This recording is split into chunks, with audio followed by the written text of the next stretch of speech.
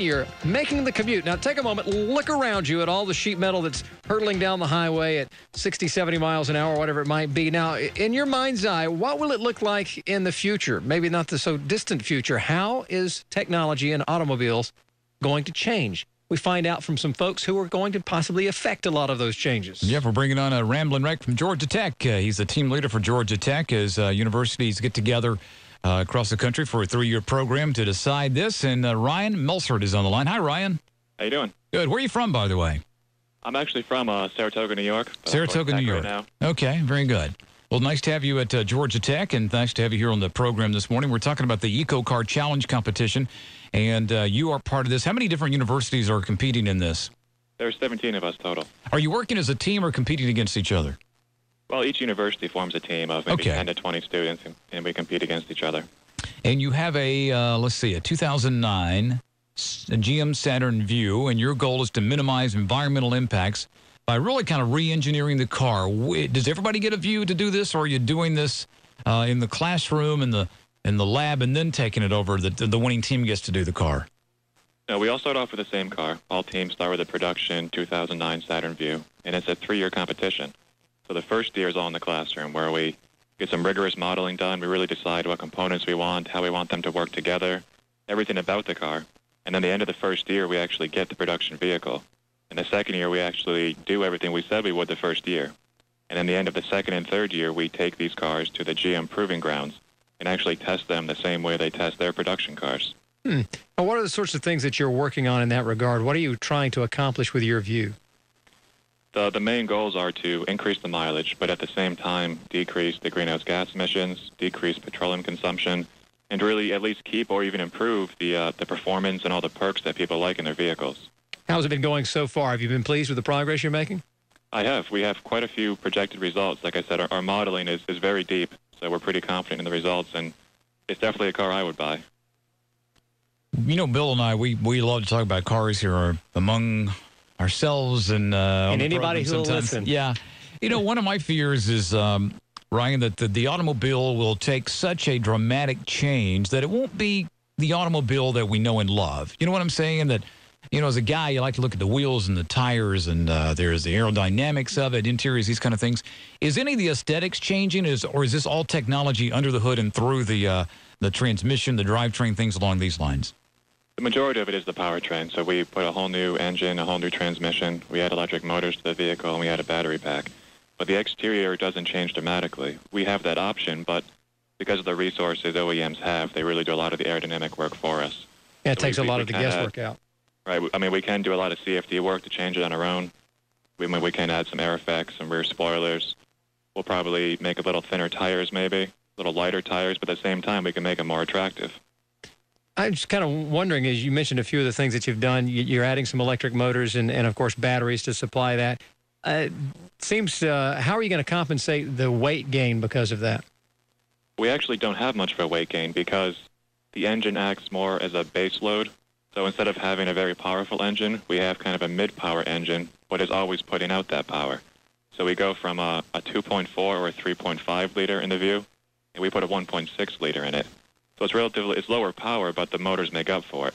Okay, so you boost it with the electric motor, so you kind of balance out, so weight doesn't become an issue on that particular application. Right, we actually dramatically increase power. We're looking, so this is a Saturn Vue, a small SUV, almost 4,000 pounds. And we're looking at 0 to 60 times in less than 8 seconds still, about 15-second quarter miles. Is that what the production car usually does? The 4-cylinder does 0 to 60 in 10.5 seconds, and then the quarter mile in almost 19. Wow. So we actually outperformed the V6 production vehicle with a small 4-cylinder in it. That's incredible. This is very encouraging.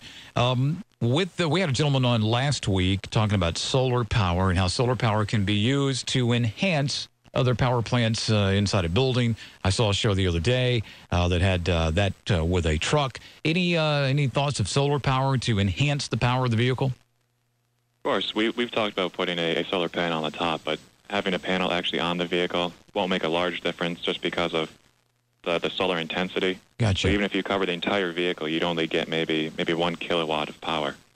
So it really isn't going to make a big difference. You see, Bill and I think you can make that a solar power into a spoiler, you see, and then you still have the aesthetics of the car. I mean, we're just trying to help out, Ryan, if we can. You can. I mean, even at 100% efficiency conversion, it would be a very small amount of energy. But we'll think about it. Okay, all right. Just, at least to run the radio so they can listen to us. If nothing else, there you go.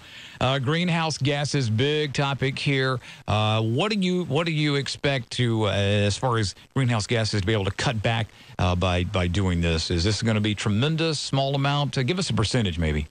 As of now, we're projecting we can decrease greenhouse gas emissions by 55%. With one vehicle, per vehicle?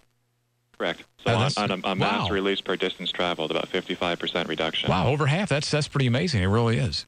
It is. So a lot of that comes from the increased mileage, but at the same time, we use a biofuel. We're going to use E85 as opposed to gasoline, and it's not going to be the same kind of E85 that are used in flex fuel vehicles.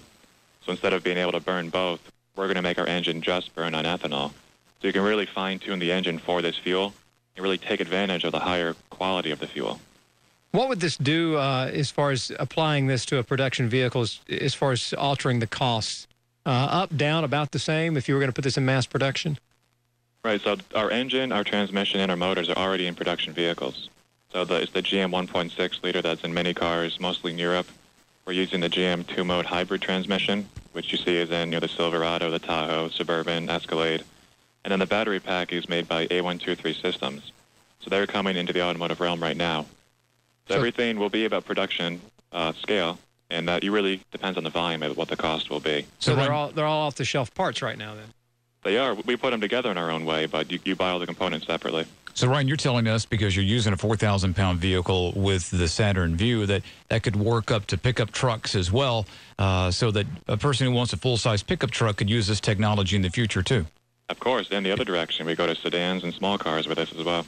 Beautiful. This is great news to us, because it sounds like the things we love about the automobile industry, those things that we like about cars and trucks, can still maintain, and yet we can use new technology to save money in the long run. Well, with the situation in the automotive industry right now, do you think there's a possibility that maybe Saturn would name a vehicle after Georgia Tech, maybe the Ramblin' Wreck or something like that, just, if you win the competition? It's always possible. We'll put our name in for it. The GT. Hey, Ryan, is there a website that we can keep up with this competition as it continues to progress and keep up with what you're doing? Yes, there is. The competition website is ecocarchallenge.org. And to find info about the GT team specifically, you can go to ecocar.gatech.edu. Oh, very nice. Ryan, nice to have you with us today. Good luck with this, and maybe we can check back in with you really soon or a little farther down the line and get more information. That would be great. Thanks for having me. Thanks, Ryan. Ryan Melsert, who is with the Georgia Tech, he's with the engineering team that's working against 16 other universities in this competition, and more power to him. This should be very interesting by the time it all comes down to the championship.